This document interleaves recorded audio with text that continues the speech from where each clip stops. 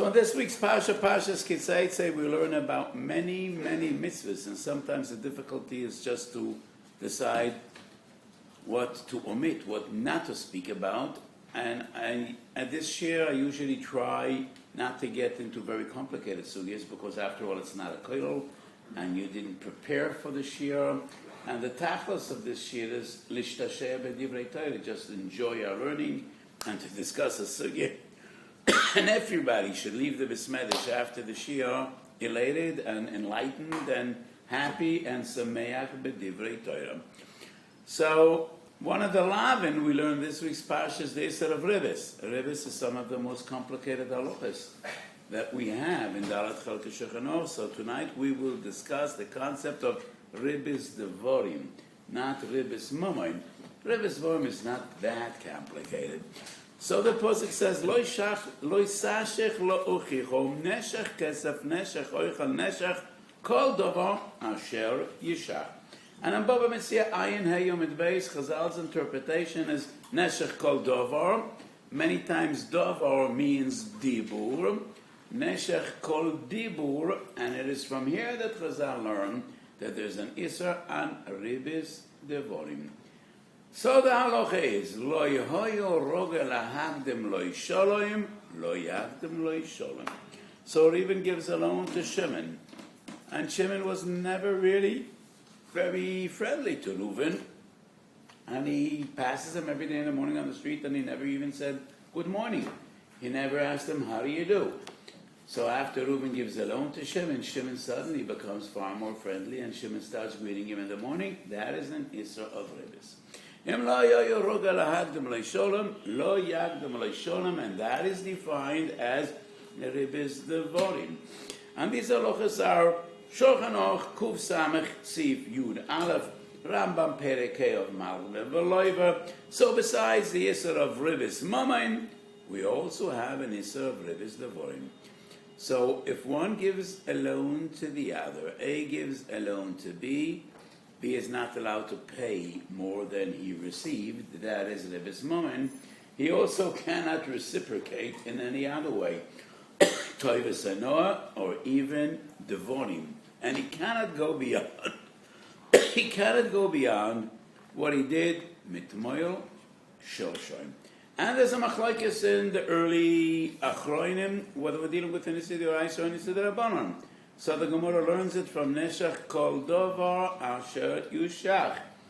Dovar means Dibur. The Chayodam in a Sefer on Yeridea. As we know, Chayodam and Nishmas Odam are Orachayim, Chachmas Odam and Binas Odam are Yeridea. Chachmas Odam, Klal Kuf Lamed Aleph Sif Yud Aleph, Chayodam maintains, we're dealing with an Issa d'Rabbanan. This definitely is not a Droshe Gemura. Neshech Kol Dovar Asher Yishach, that is not a Droshe Gemura, it's an Asmachta. And we're dealing with an Issa d'Rabbanan according to the Chayodam. Tshuvas Arivash in Kuf Mem Zayin, it seems to be clear, in his opinion, we're dealing with an Issa d'Oraisa, and this might be a Droshe Gemura. And I think that this is a machlokes in the Rishonim. In the very early Rishonim, we find two different opinions. Ran Ksubis Tezayin Omid Beis. The Ran writes, even though there is no Isser of Ribbis only B'Shava Puta, like many other monetary issues, and the minimum sum, which would be defined as money, is a Shava Puta. So Pochas Shava Puta, there is no Isser in Ribbis, but the Ran says, nevertheless, it would be an Isser d'Rabbanan, Loi Gora Moino As Devorim. After all, you gave something. It might not be a Shava Puta, but Loi Gora Moino As Devorim, saying hello is not a Shava Puta, and nevertheless it would be defined as an Isser. So the reverse says, even though there is no Isser d'Oraisa and Ribbis Pochas Shava Puta, but there still would be an Isser d'Rabbanan, like Ribbis Devorim. So it's quite obvious from the Ran that Ribbis Devorim is an Isser d'Rabbanan and not an Isser d'Oraisa. That is also the opinion of Sefer Trumas in Shar Mem Vod. Kiryas Sefer, in his commentary on the Rambam, the Mabit wrote one of the Choshevs Sforim, Meforshei Rambam, commentary on the Rambam, Kiryas Sefer, Perek He Malva V'Loiva, seems to be clear that it's the Rabbanan, and actually the Rambam himself, at the end of Perek He Neshech and Bava Mitzvah Ayin Hey and Peresh Mishnah, the Rambam writes, Ra'ui lehisrachik meribis devorim. And that's a very interesting formula. And it's mashma that it's harchoka b'yalma. We might even feel that it's a midas chasidus, when the Rambam writes Ra'ui lehisrachik. So it definitely is an Isser Rabbanon. But what is clear from the Rosh of the Rambam is it's a harchoka and not an Isser Diuraisa. The concept of harchoka is asu siag l'toira, like we learned in the very first Perek in Masechet Avos. So all the Isurim Derabanan are harchokas and siagam. And if the Rambam writes Ra'ui l'slachik meribis devorim, it's obvious that it's not an Isser Torah. Even bearing in mind that it's an Isser Rabbanon, this Lashon would still be somewhat of a chiddush. It's mashma ra'ui l'slachik, as if it's a midas chasidus. But in the Gemara and in the Mishnah, it's clear that it's in a Siddur Rabbanon, but nevertheless, at least it's in a Siddur Rabbanon. On the other hand, Toises, Kiddushin, Chesom, and Beis, Smag, Lo Tase, Kuf Tzadik Aleph, seems to be clear that in their opinion it's in a Siddur Raisa. So we have the Tois and the Smag, which support the Rivash and Simen Kuf Mem Zayin, as I quoted, and many Rishonim, it's obvious midivreim that it's an Estarabon like the Chochmas Odom writes. Another opinion we find, which is a great chiddush, and the Beis Yosef quotes Hagoas Maimonios, and the Hagoas Maimonios says that there is no Estarabon only when the Loiva tells the Malva, I'm doing you this favor because you gave me a loan. So he gives him a broch and he says, thank you, be gebenched for giving me this loan. Only then is there an Isser Davarim. But if he just says, hello, good morning, how are you? And he does not connect it or associate it with the loan that he received, there is no Isser at all. So according to Gos Maimonides, there would be a difference between Ribbis Moment and Ribbis Davarim, because in Ribbis Moment, everyone agrees that if you gave more than you received, even though you did not specify and you did not say, this is an addition for the loan that you gave me, it still would be Ribbis. However, regarding Ribbis Devorim, the opinion of Agos Maimonides is that there is no Isser of Ribbis Devorim only if those Devorim are directly associated and connected with the loan. Otherwise, there would be no Isser. And this obviously is a big kula. But the Beis Yosef rejects that from Loshan HaRambam, from the Loshan of the Gemara. The Gemara says, Im lo yehoyu rogel lahagdim lo yisholem, lo yagdim lo yisholem. And Stome de Milsa, the Loshan is mashma, that under no circumstances could he go beyond what he was used to do before he got the loan. And if he wasn't accustomed to greet him, he cannot greet him. So Pashtus Loshan from the Gemara and from the Rambam seems to clearly indicate that there's an Isser of Ribbis Devorim whether he associates it with the loan or not. Lo Kediva Agos Maimonides, and therefore the Shulchan Aruch once again is Soisem Bel Shoinoi, Lo Yagdim Lo Yisholem, and it does not depend whether he clearly states that I'm doing this because you gave me the loan or not. In any event, it's also. Another quote that the Beis Yosef quotes from Agos Maimonides and also Agos Mordechai, I think it's in Bava Metzia Tov Samach Aleph. Aval muter lo lahachzik lo yisholem ve'im hamalva gam hu machzik lo toiva. Not machzik lo yisholem, but machzik lo toiva. So if the loiva is machzik toiva for the malva, and the malva reciprocates in a similar fashion, and the malva is also machzik toiva the loiva, in that event, it's mutar, and there is no isar. So what does this mean? The Beis Yosef wonders, what does this mean? That the loiva is entitled to be machzik toiva if the malva is machzik toiva as well. Mahari Castro was one of the Kedmonim. Shas Chuvas Omarei Yaakov Simen Kuf Chavov offers two different approaches, two different interpretations.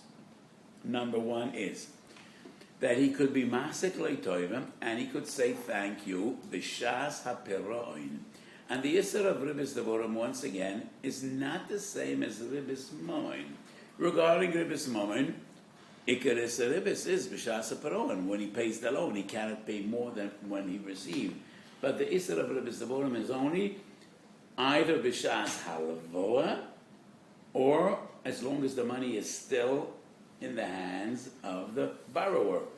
But when the borrower brings the money back and he pays the loan, at that stage he could be Matzak L'Tov and he could say thank you, because the money is no longer by him, and at that stage there is no longer an Issa Ribbis. Regarding Issa Ribbis Mamoin, even after you paid the loan, you cannot give a gift, and that is defined as Ribbis Moucheres. Ribbis Moucheres is still an Issa Rabbanon. Lo Chen Legabe Ribbis Devorim. But this pshat doesn't fit in with the lesson of the Goas Mamoinios, that the loiva could be Matzik Toiva Malva. The Malva is also Matzik Toiva Loiva. So Mari Castro Ola Yankov suggests another interpretation, and I think that is very, very important. As I will explain, I have an opinion in these halachas which is different than others, but I am thoroughly convinced in that my opinion is the just one and the right one. So it is very commonly known, if you got a loan, you cannot thank the person for giving you that loan, because that would be defined as Ribbis Devorim, because the only reason you're thanking him is because he gave you that loan, and that is why many assume that one cannot say thank you when receiving a loan or when he pays that loan. So many people, instead of saying thank you, say Tiskal Mitzvahs or something similar. And Reb Shlomo Zalman Auerbach in Mincha Shloim, Chelek Aleph Simchov Zayin, says that's far more complicated than saying thank you. And Reb Shlomo Zalman wants to argue that the Isser is only giving a brocha to the person that gave you the loan, because a brocha is something substantial. A brocha has worth. A brocha means something. We believe in brochas. We believe that when a person gives a brocha to another, it has some worth, it has some substance. And if it's allowed to curse a person, then obviously a klola has some weight.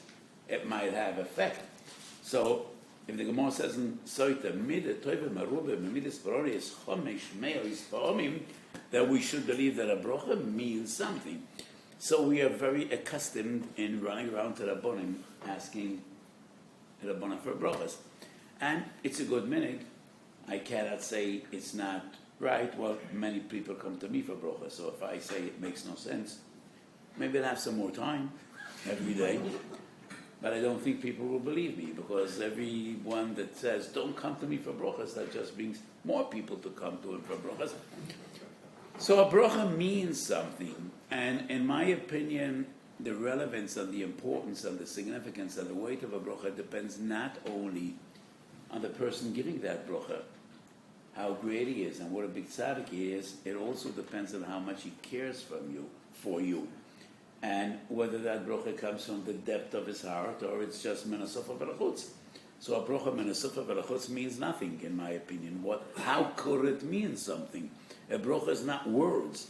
Words in themselves don't mean anything. When a bracha, it really depends on how much the person cares about you and whether it comes ma'omek alev or it's just words. If it's just words, they don't mean anything. So we do believe essentially in brachas. Rashi writes, when HaKadosh Baruch Hu tells Avraham Avinu, Heyei bracha, Rashi's interpretation is HaKadosh Baruch Hu gave Avraham Avinu the koyach to bless people. And his blessings, his brachas, will be fulfilled. And when Avraham gives Yitzchok es kol asher loi, Rashi once again says that special zgula that HaKadosh Baruch Hu gave Avraham Avinu passed down to Yitzchok. And from Yitzchok to Yankov, and Abenu Bachye, in Parshas V'Zoysa Broch and Perush HaTorah says that Yankov gave that to all the tzaddikim and all the coming generations. So a bracha has significance, and if Shlomo Zalman wants to argue, Mincha Shloim, Chelek Aleph Simchov Zayin, that Ribbis Devorim is only when you give a bracha. Saying thank you is not Ribbis Devorim. That's just manners. So according to Shlomo Zalman, if you say Tiskal Mitzvahs, that is also, because that's a bracha. And when Chazal say Yagdim Loi Shalom, that's a bracha. Because once upon a time, Shalom was not just saying good morning or good evening. Shalom was a bracha, and you give a person a bracha that HaKadosh Baruch Hu should bestow shalom, and he should have peace and well-being. So Rabbi Shlomo Zalman wants to argue that the entire Issa of Ribbis Avorim is only giving a bracha, but there's no problem saying thank you. And then he realized, Chelik Beis, Mincha Shloim, Klal Siman Samach, he retracts and regrets the tshuva that he wrote in Chelik Aleph, because in Shulchan Aruch Harav, steht beferish, that Oseloi Loimar Divrei Shevach V'Kilusin V'Lehoidois Loi. You can't say thank you to a person that gave you a loan, and that is in Shulchan Aruch Harav.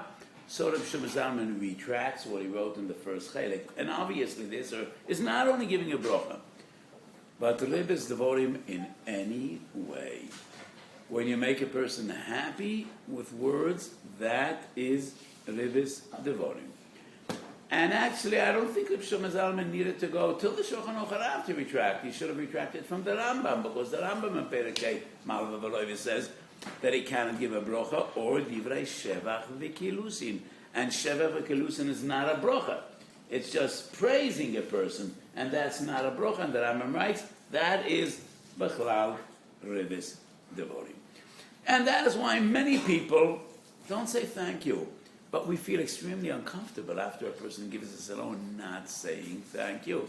So some of us have a strange way of saying thank you. And we say, if I would be permitted to say thank you, I would say thank you. But isn't that saying thank you? And if saying thank you is an isser, I don't think that makes sense. It's just a lengthy version of thank you. And the other person would ask, why are you wasting my time? You could just say thank you and let me go on, instead of giving me a pilpul and a chiddush and a halacha. So if thank you is an issa, I think that would be the same, because what you are essentially saying is thank you.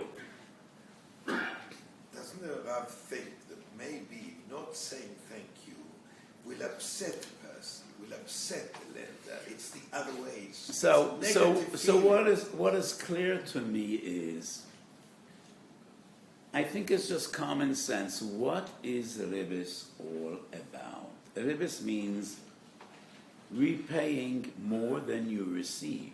So besides paying back the debt, paying back the loan, you're giving him something additional. And that addition could either be money, or doing him a favor, or even with words. But it needs to be perceived by people as he gave me something beyond what I gave him.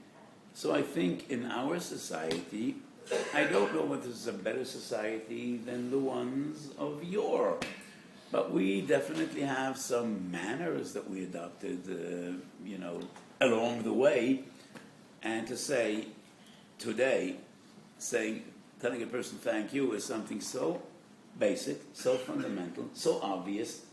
I don't think it's preserved as he said thank you and he made me so happy.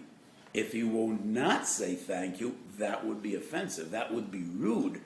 So is it reasonable that we are to be rude towards people that did us a favor? Is that reasonable? Does that make sense? So saying thank you is basic courtesy. It is not perceived as receiving something. So when Chazal say,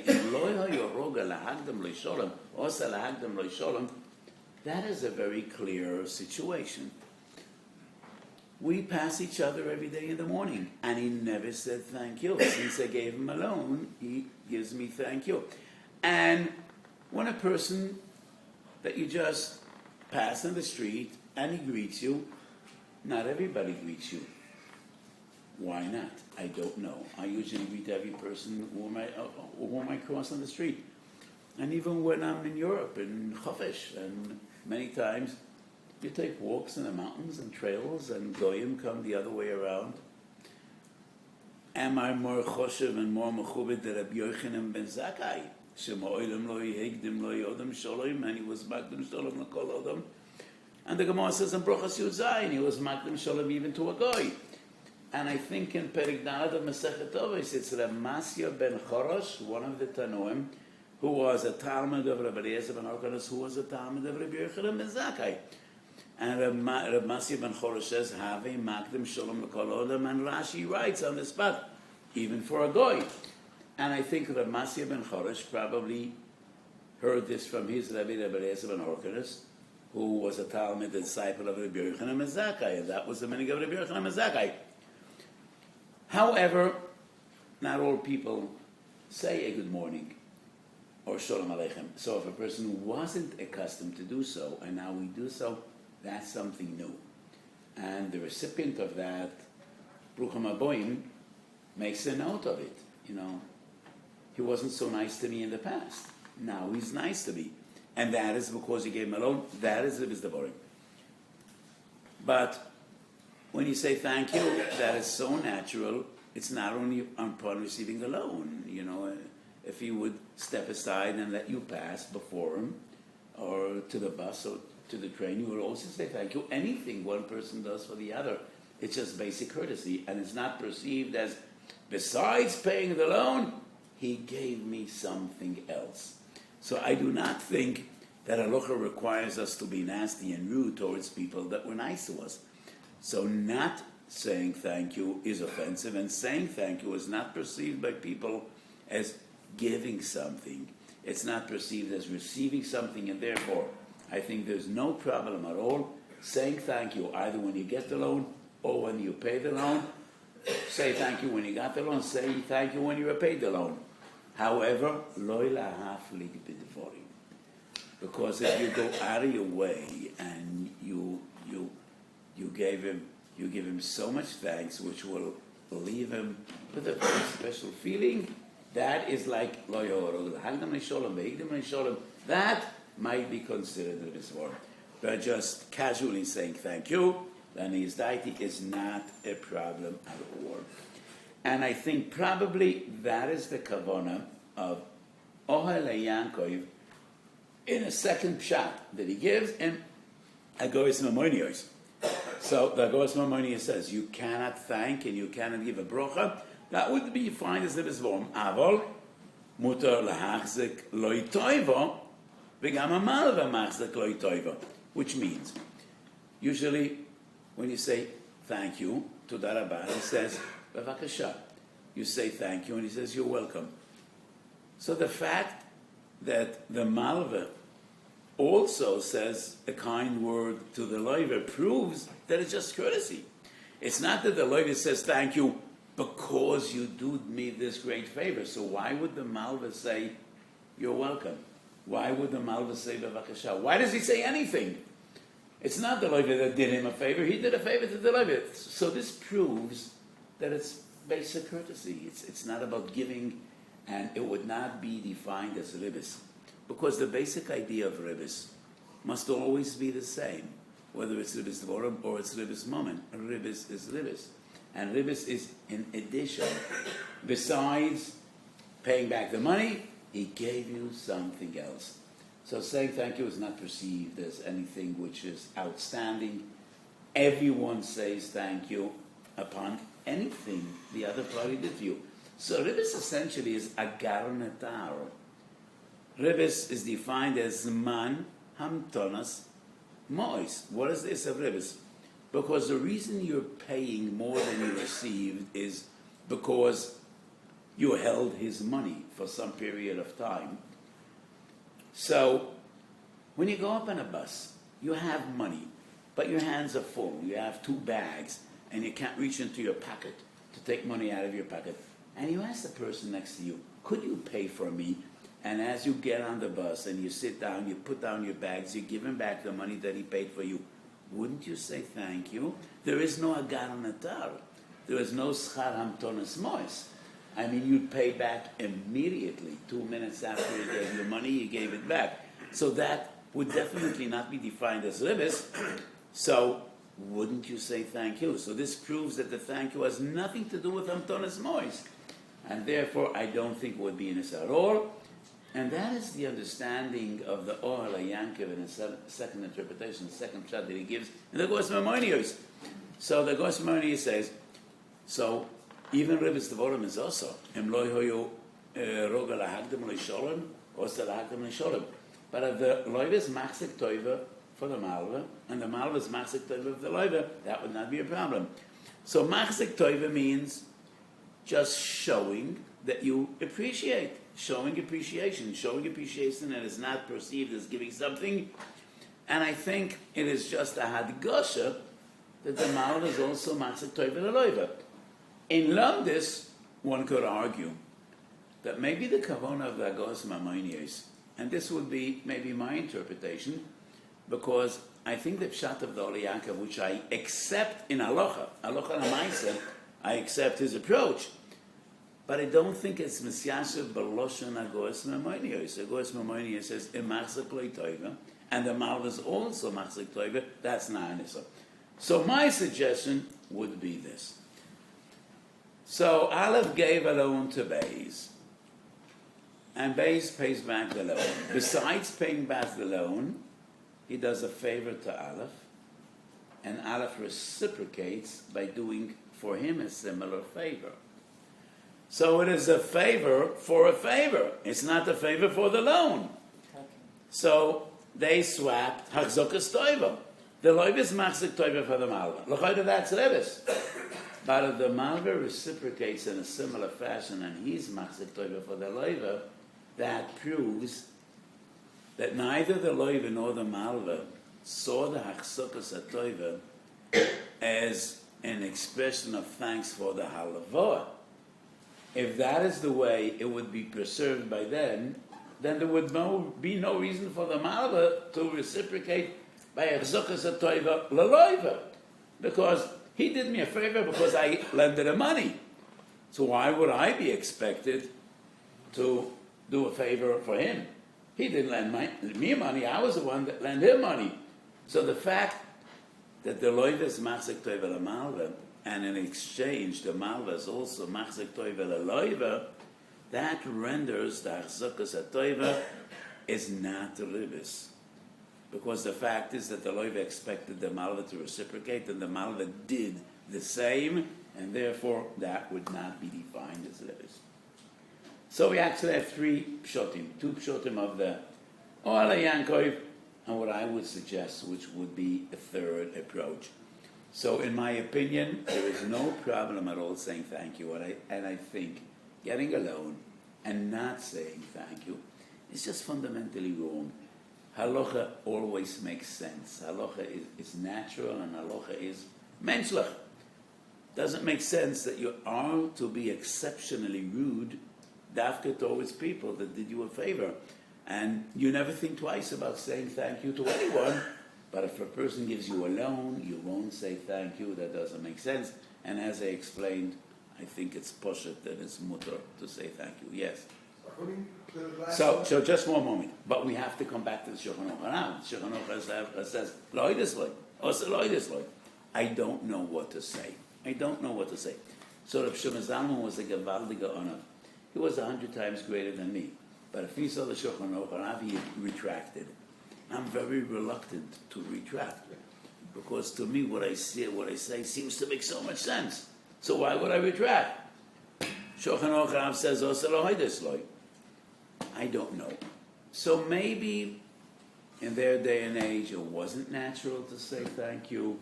Maybe the Shulchan Aruch means saying thank you not when you received the loan or you paid it back, but a week later or a month later, you come to his house, you knock on the door and you say thank you.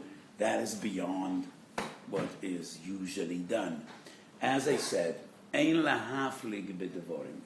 Going beyond basic courtesy, going beyond basic manners, that would be a shaila of Ribbis Devorim. But as long as it is within the realm of what is expected and what is reasonable and what is perceived as basic manners and basic courtesy, that would not be a chashash of Ribbis Devorim. Yes? According to the last pshat that Ross said, so if the loiva would say good morning to the malva, then the malva would say good morning to the loiva again, because they're just also manners, so it should also be okay. I think so. Yeah. So we discussed first of all the concept of Ribbis Devorim, and now I want to move over and speaking about Hachzokas Toiva, which is somewhere between Ribbis Devorim and Ribbis Mamoin. So Ribbis Mamoin is actually giving money, and Avdavka money. Neshech Mamoin, Neshech Oichel Neshech Kol Dover Asher Yushach. So, Ribbis Mamoin is whether it's money or fruit or objects or anything else. Just go back for a second. Could Osir Lahoidos mean beyond saying normally thank you, you're the most generous person in the city? A bit farther. Yeah, that is exactly what I said. She'ein lahaflig bitvorim. Don't exaggerate. Don't go out of your way. You should say thank you, but anything in which you go beyond that, you say you're so great, you're so generous, nobody ever did me a favor, I don't know what I would do without you, that is already touching on the chashash of Ribbis Devorim. The problem was the starting point. They passed each other every day. There was no loan involved. He said nothing to him. He responded with nothing. And now all of a sudden he gets a loan. Now he says something in return. Thank you. Good morning. Why wouldn't that be the comparison before and after? And So what we discussed was actually saying thank you upon receiving the money or paying it back. That was the question. So you can't ask, you never said thank you before. I never had a reason to say thank you before because we just passed each other. People don't say thank you when they pass each other. So now I have a reason to say thank you. And that is why thank you would not be defined as service.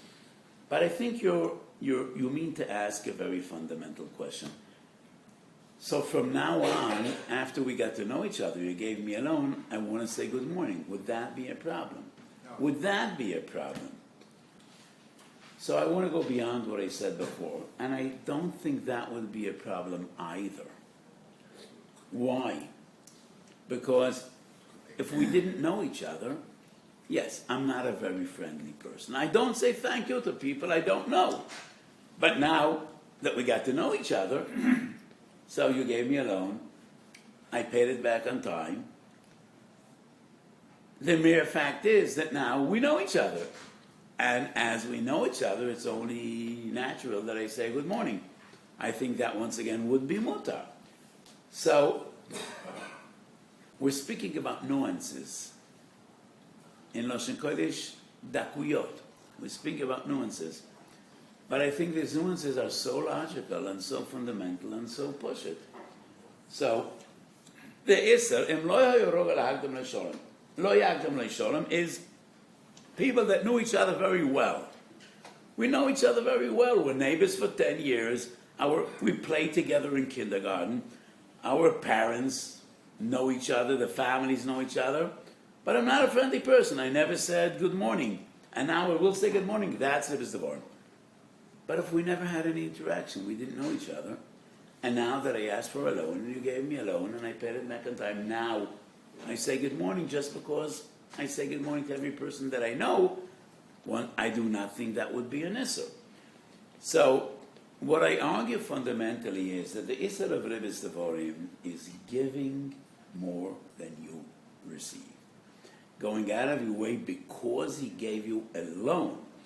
But from now on, if I'm going to say good morning, it's not because you gave me the loan. It's just because we came to know each other in a positive way. We know each other in a positive context. So that would not be considered a Ribbis Devorim. Yes? Just returning to the verse Maimonides for a minute, the spirit of it there seems to be reciprocity. And it seems reciprocity smacks in halacha of t'nai. So how does he deal with the idea that there's something going on here with which might be masda amashachas kultura, according to what she does? I don't think reciprocity is a t'nai. A t'nai must be a t'nai mefurash or a machlola. Sometimes reciprocity is just, it depends in what way a person reciprocates. For instance, shoshvinus is a concept we're not familiar with today, but shoshvinus in the days of Chazal was when you made a simcha and I came and I gave a gift, you're mechuyev to give a gift when I'm going to make a chassan, you're going to come to me. In some circles, yeah, that's the way they see it today as well, but in other circles not. But when a person does someone a favor, not always is he expected to reciprocate in the same way. I mean, it's sort of a social contract that's inherent I think it's very dependent on what the circumstances are or what we're dealing with. One cannot say in a blanket way that everything one does for another, he expects the other to reciprocate. It's not business. People are nice because they're nice and without, the cheshboinus of reciprocity. But, okay, so we spoke about Ribbis Devorim, and I think I made my basic opinion very clear regarding Ribbis Devorim. And now let's speak about Machzik Loi Toivo. So I think there are three different forms of ribbis. And the basic form of ribbis is about possession or money or objects or food or any other thing that is worth money, kesef or shove kesef. And then there's ribbis dvorim. And ribbis dvorim is on the other end of the spectrum because ribbis dvorim l'chayre is not shvei kesef. It's just being nice and making a person happy. But then there's the idea of machzik loy toivo. So in the Gemara there's a machlokes toivus anoa mamoin or einoi mamoin. And the source of this machlokes, the basic machlokes is when a person is mafresh tumas and maisis, that money he cannot keep for himself.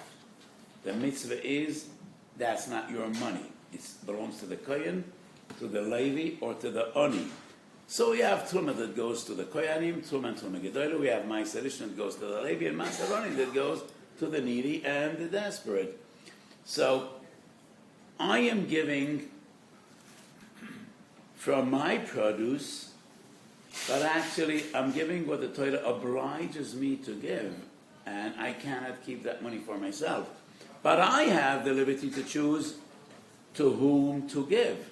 Which kohen to give to, which levi to give to, which oni to give to. Is that considered mammon? And the basic machlokes is, if a person stole my truma and he gave it to a kohen, does he need to compensate me? Is that considered he stole from me? Well, I couldn't keep that truma for myself. It is intended for kohenim. I had to give it away to a kohen. But my argument is, that was my prerogative and my privilege to choose a kohen. And you took that away from me, so I deserve compensation. That is the machlokes, whether toivus anoa is considered mammon or it's not considered mammon. Definitely the wrong thing to do. But if a person took my truma and he gave it to a kohen. So Tosfos deals with the question of Bo Mesiyad Avo. Could I take that money back from the kohen?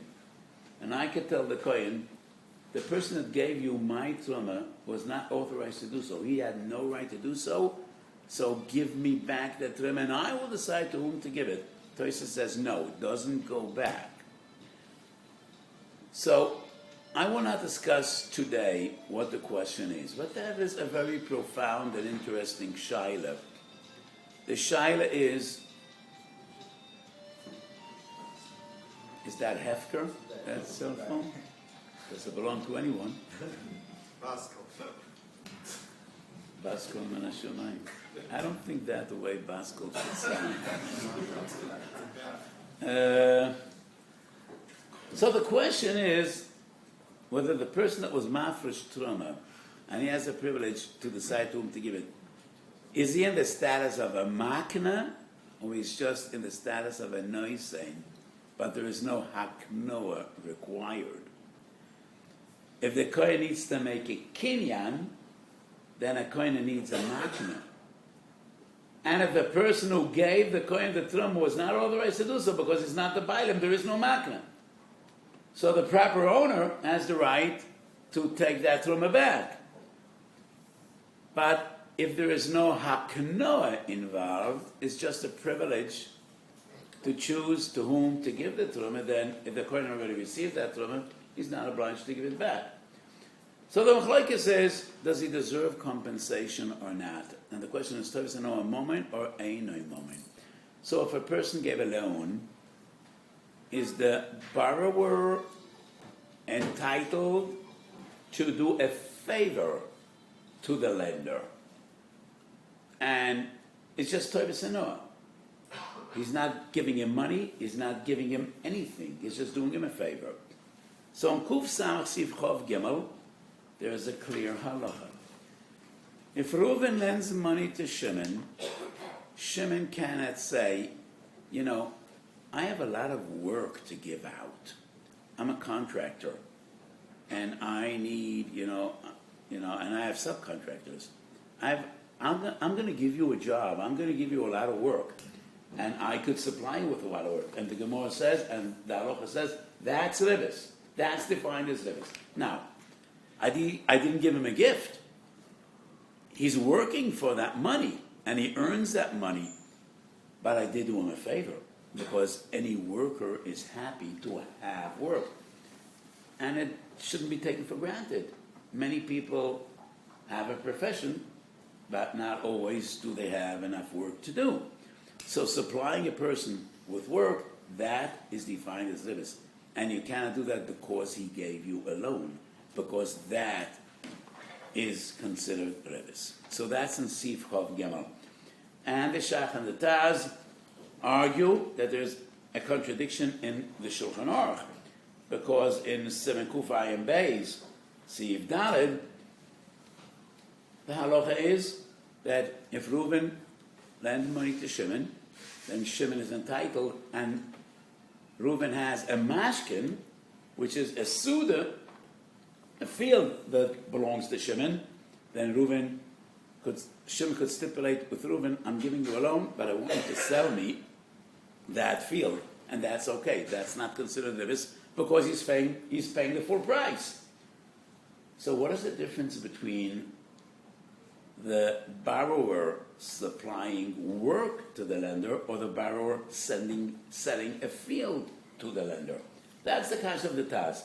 And that is why the Taz rejects this halacha of the Shulchan Aruch, and the Taz argues it contradicts the other halacha that the lender could stipulate, I'm going to lend you money if you sell me your field. That's okay. Siman Kuf Ayin Beis. So why can't the lender say, I'm going to lend you money if you're going to supply me work? So the Taz asks that kasha, and the Shach responds in two different ways. Chavaz Das has a new interpretation of Siman Kuf Ayin Beis. And the Chavaz Das writes that the scenario is Reuven lends money to Shimon on the condition that you sell me the field. And if you sell me that field, then the money should be lemafreya the meimekach and not the halva.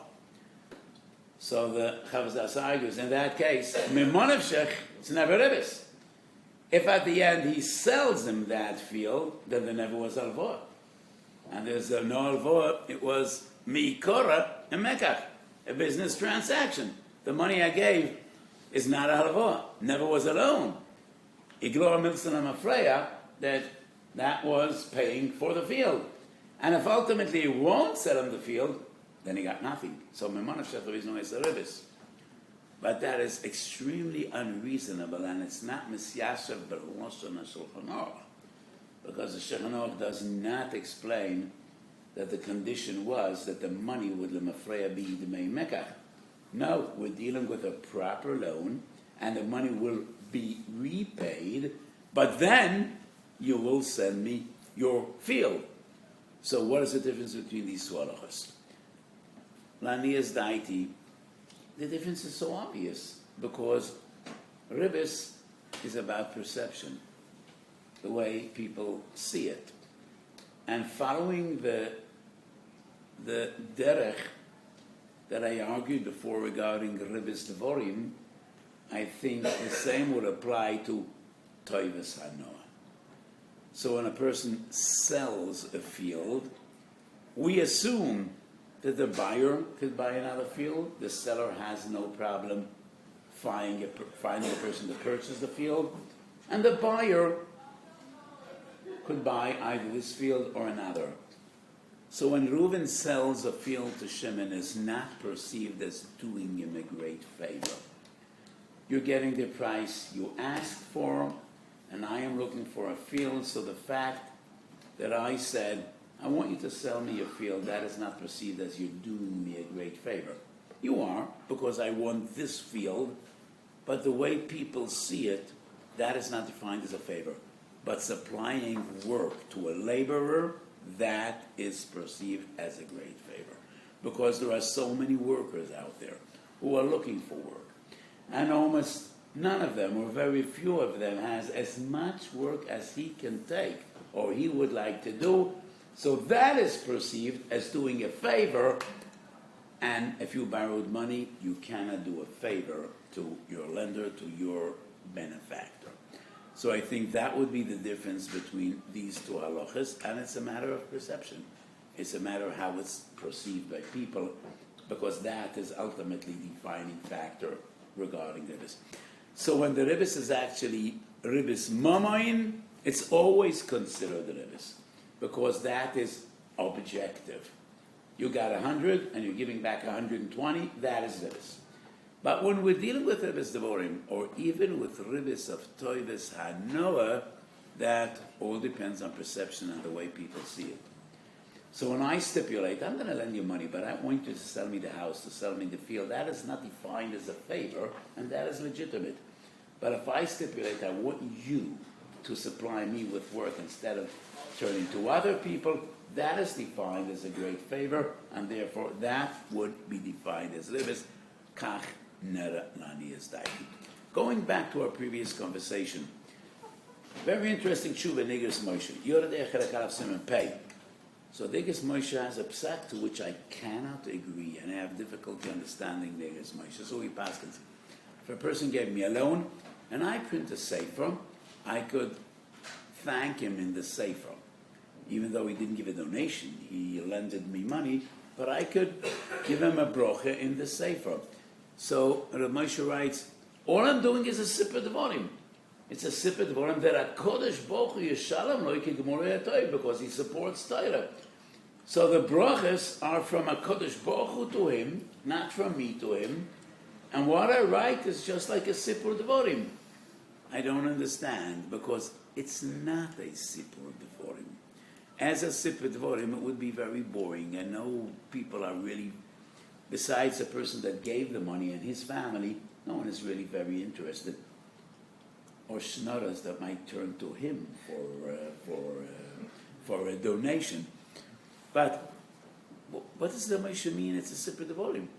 I think it's far more than thanking a person personally when you thank him in a sefer, and if it's a sefer that many people will learn in, and hundreds of people will see that he's a kind person and a generous person, a supporter of Torah, so you gave him the greatest thank you possible, far more than im loy hoyorogel ahadem loy sholem loy yatem loy sholem. And if you write a thank you and a brocha to him in a sefer, of course that would be considered ribbis devorim. I would see no heter. So you could thank people that gave a donation, but if a person gave you a loan to print the sefer, I don't think you could thank him in the sefer. I think that is beyond basic manners or basic courtesy, and that is, in most cases, some people don't like their names to be publicized, and if he doesn't want it, definitely don't do it.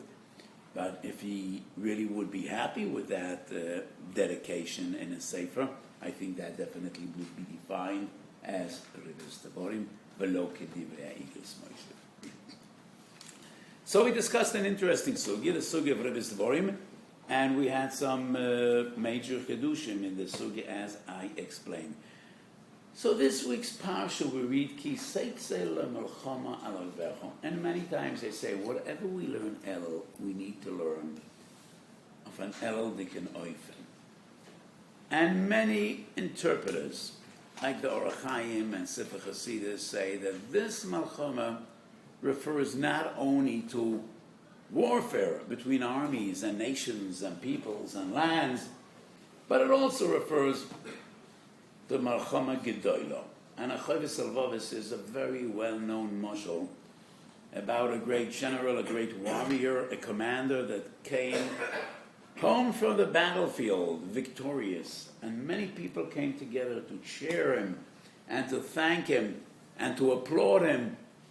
And a chassid walked over to the giver and he said, you think you come back from a great war, you came back from a small war, and the big war is still before you. And the general, the commander, asked the chassid, what do you mean? And he said, the biggest war of them all, the greatest war, is Malchemes HaYetzer. and you're so proud and so arrogant, you should know the big war is still before you. So why does the Chayvus Levavos write, that's the biggest war of all? Because in the nature of warfare, big wars, small wars, in this country, Baruch Hashem, most of us remember, not all of us, there are some youngsters here, the 6-Day War, which was a major war on 3 fronts, 3 battlefields, and Benis and Nissim took 6 days. The war in Vietnam took 15 years.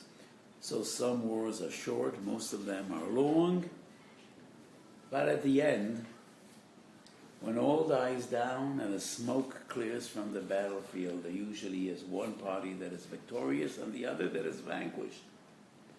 But in Malchemes HaYetzer, it's never over. Ad Zebula B'Sraisa.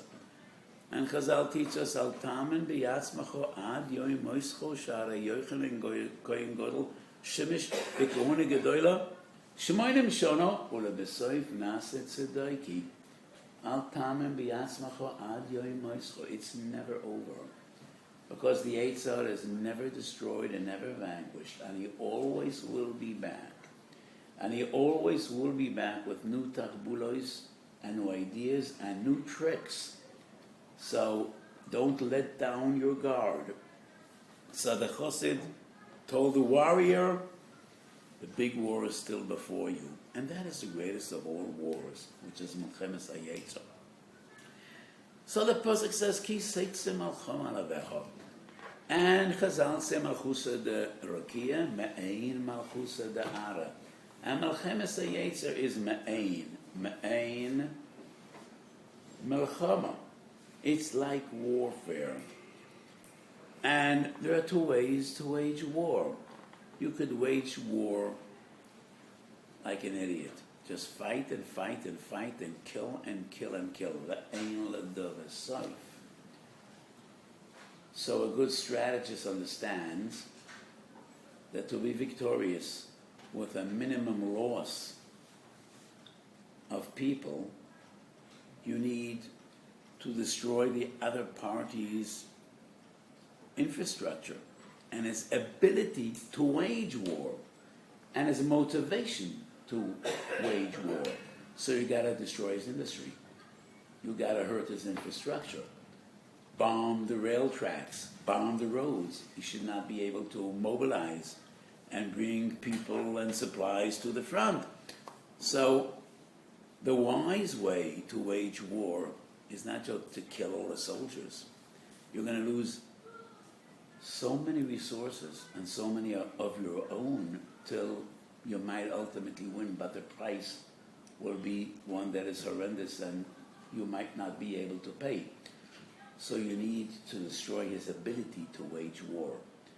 Don't kill all the soldiers, but destroy his infrastructure, destroy his fuel. So he might have 1,000 tanks and 10,000 planes, but he doesn't have any fuel, and he has no runways, and he has no roads, then he can't fight. And the same is b'Malchemes HaYetzer. So if you just sit there and wait for the Yetzer to attack, and then fight him every day and every night, and any moment of the day, a moment of the night, that price is one that's too difficult to pay, and ultimately he will knock you out. So you need to fight his resources. And what are those resources? So Midas Rois are not sins. But there's a very famous mashal that I quote many times from Reb Chaim Vital and Shara Kedusha. And Reb Chaim Vital and Shara Kedusha asks, why ain't Midas Rois in the list of Lo Ta'asim? And why ain't Midas Tovis in the list of mitzvahs asay? We have Tariag mitzvahs, and the mitzvahs are not included. And Reb Chaim Vital explains, it's not because they are less important than the mitzvahs. It is because they are more fundamental. And he gives a mashal. So a person signed a deal with a contractor to bend a skyscraper, 50 stories. And the price was $1 million for every floor, $50 million to have that size standing. At the end of the day, after 5 years, the skyscraper is standing, and when payday comes, he writes a $50 million check. And then the contractor says, no.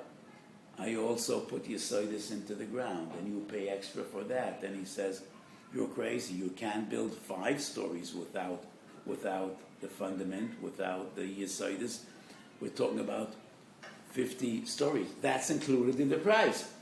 So Reb Chaim Vital says, the midas, that's the basics. Those are the fundaments. Those are the Yesodis. They're included. You cannot perform any mitzvahs without midas toivus.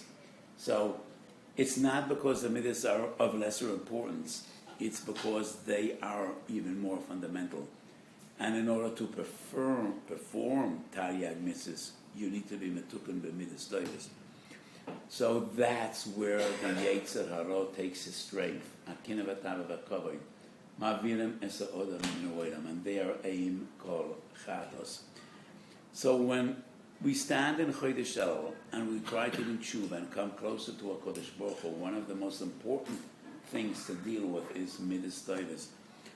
And primarily the ones bein odam l'chaveiroi. As the Gemara says, ha'maver al midosav mavirim lo yakol b'shoav. V'kol ha'marachim al habrios marach memorov min hashomayim, we learn in Shabbos Kuf Nun Gimel. And so on. Hamaver al medoisa mavir lo kol pshov is in Rosh Hashanah daf Yud Zayin, and in other sources in Shas. That is the way to fight the Yetzer. But the most important thing is you need to fight. So there's a Gemara on Brochas daf Hey. Lo olam yagez odem Yetzer toiv al Yetzer ra. Nitzchoi mutav, lo nitzchoi yasik betoira, lo nitzchoi yikro kriya shema, lo nitzchoi yaska lo yoim hamisa. So Chazal gave 3 different sgulas. How one could overcome the Yetzer Hara. Talmud Torah, Kriya Shema, Yaskaloi, Yoim Hamisa. And many people wonder, some of us learn Torah all day. Yeshiva boys, Koilel guys, they learn 3 Zdorim. Are they all protected from the Yetzer Hara? Definitely not. And sometimes even people that learn Torah do terrible things. And I'm not revealing any secrets. Could happen. Could happen to all of us. Everybody has his struggles. Everybody has his difficulties with his Yetzer Hara. But some of us learn Torah all day. The mitzvah of Kriya Shema is twice a day. Most of us say Kriya Shema 4 times a day. Not twice a day. We say Kriya Shema before Shachris, by Berchas HaShacham.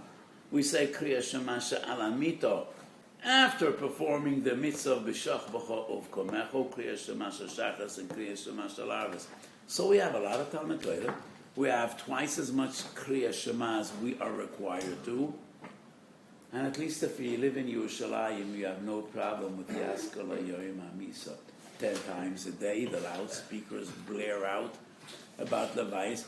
I have a very close friend that just couldn't take it. He couldn't bear it. He left Yerushalayim. He says, gets him into a depression. He can't, every 10 minutes he's here there's another loudspeaker, and he listens, whether it's not his name they're announcing. So it was too much for him, and he moved out of Yerushalayim. I know some Chevra Kedisha people.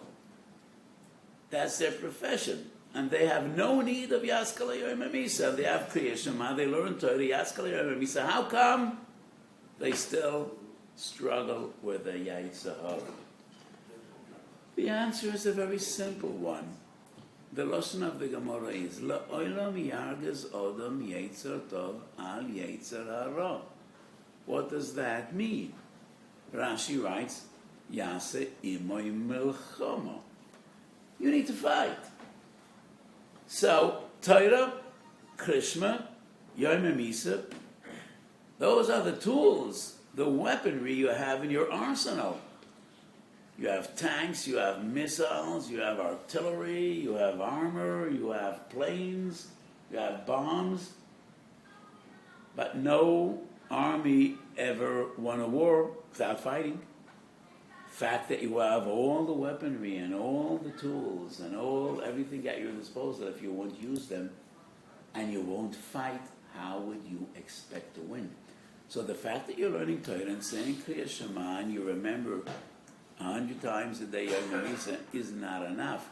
It starts with La'olam Yagez Odom Yetzer Tov Al Yetzer Ra. And Rashi says, Yasam L'chom, you're not fighting. You're not aware that you need to fight. You're just so complacent and so happy. You're not aware. You're not aware of your Yetzer Hara. You have a friendly Yetzer Hara. He has a friendly adversary. And you're at peace with him. If you're not aware it's a war, that it's a Malchama Gedola, the greatest war, like the Chovis Avovis writes in the name of Ploini Almoini the Chosid, so how do you expect to be victorious if you don't even fight him? So when it comes Elul, you need to be aware that the Yetzer is not your friend, and he's out there to get you. And you need to fight him, and be aware that you need to fight. Be aware that life is a struggle. Be aware, and don't take anything for granted. Be aware of Melchemes HaYetzer. Yag Ezodem Yetzer Atoiv Al Yetzer Ra. Ki Seitzei LeMelchama Alavecha. And if you really go out to fight, then you'll have Siyata D'Shmaya Unasonai Hashem Elokecha B'Yodecha. Aboratai Messiah Loi.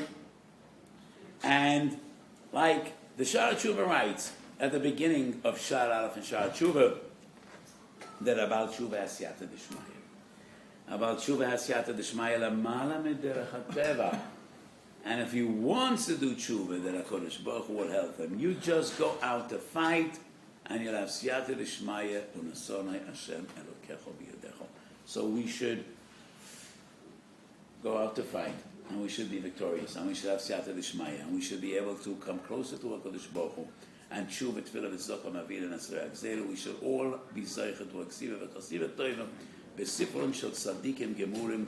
We should have a good gebenched Yor, Shana Toiva Mesukah, and we should be Zeicha that this coming year should be a Shnas Ba'ula V'Yeshua for us all, B'Mheiro V'Yomeinu. Amen.